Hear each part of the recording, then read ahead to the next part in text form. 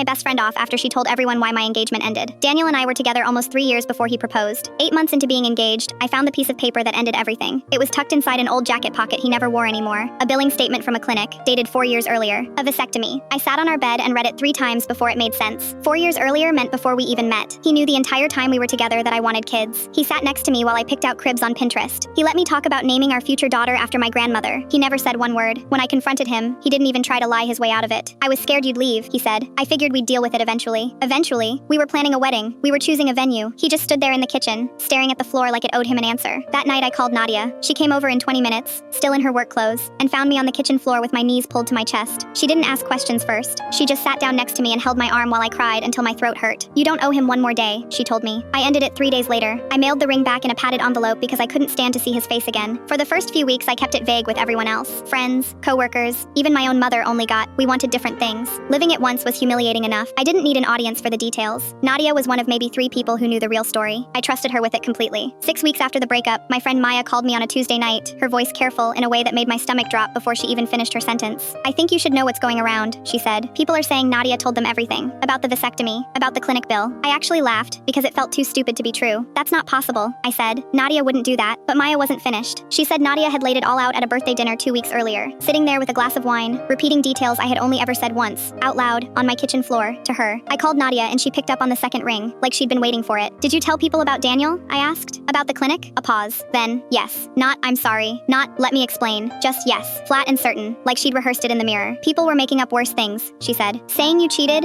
saying you got cold feet over nothing. I was defending you. By telling them the most private thing I have ever said to another human being. I did it because I love you, she said. I thought you'd understand eventually. I hung up on her mid-sentence. I sat there staring at my phone, waiting for a text that said she got it, that she saw what she'd done. Instead, I got a paragraph about her good intentions. Then another one 2 hours later. Then a voice note, 4 minutes and 12 seconds long, that I still haven't opened. I told her I needed space. Space turned into weeks. Weeks turned into blocking her number. A few of our mutual friends thought I was overreacting. Sophia actually said it to my face at a birthday lunch I almost didn't go to. Her heart was in the right place though. Her heart doesn't get to override my mouth, I told her. I decide who knows what happened to me, not her. Sophia didn't have anything to say back to that. Last week I ran into Nadia at the coffee shop 2 blocks from my apartment. She saw me before I saw her, and by the time I looked up she was already crossing the room. That same soft, wounded look she'd worn through every unanswered text, like she was the one who'd been hurt. Can we please talk? She said. I miss you so much it's actually messing with my sleep. I looked at her for a second before I answered. You had one thing, I said. One thing in the world that was only ever mine to tell, and you decided it was yours too. I know, you don't get my next secret. You don't get an update on my life. You don't get to know if I'm okay. Her eyes filled up, and for half a second the old version of me wanted to hug her anyway. I stepped around her instead, and walked out with my coffee still sitting on the counter, untouched. She didn't follow me outside. I didn't look back to check. I'm moving to Spotify. Search TurtStories and follow.